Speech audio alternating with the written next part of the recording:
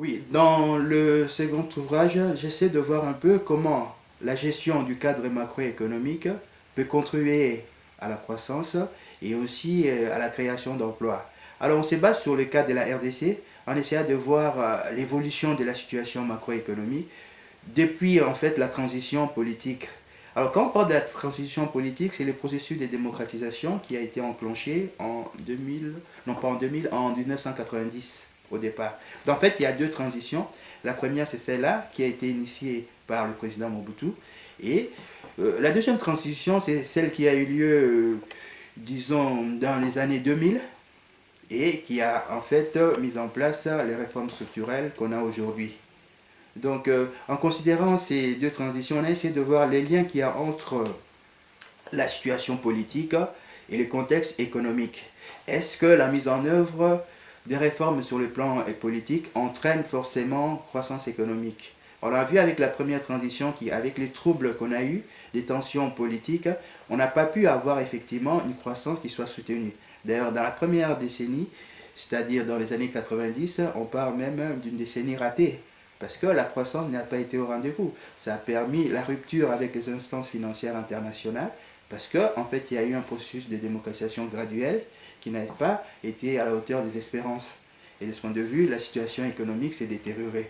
Par contre, la deuxième transition, celle des années 2000, avec la création d'un gouvernement de transition, au sortir même de la guerre, a pu générer une croissance positive de l'ordre de 5% en moyenne sur la période, ce qui est important.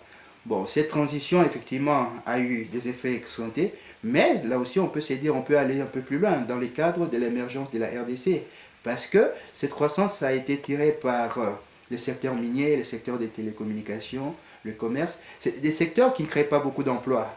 Alors, ce n'est pas une croissance inclusive. Donc, il faut aller un peu plus loin, renforcer les taux d'investissement et avoir une croissance qui soit inclusive. C'est un peu ça la logique, hein. Comment créer plus d'emplois? Comment réduire la pauvreté? Et en fait, il faut passer par des mécanismes de proximité. Et de ce point de vue, on a relevé un fait majeur, c'est-à-dire que la diaspora aussi peut jouer un rôle dans ces contextes, hein. Comment en fait canaliser le flux de la diaspora vers les secteurs porteurs?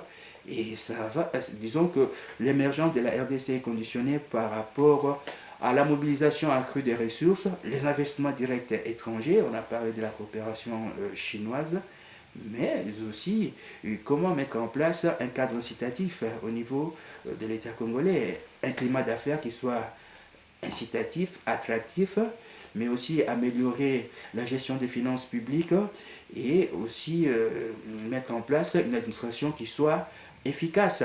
Donc ça renvoie au problème de la bonne gouvernance et du leadership qui doit mener en fait à des réformes structurelles.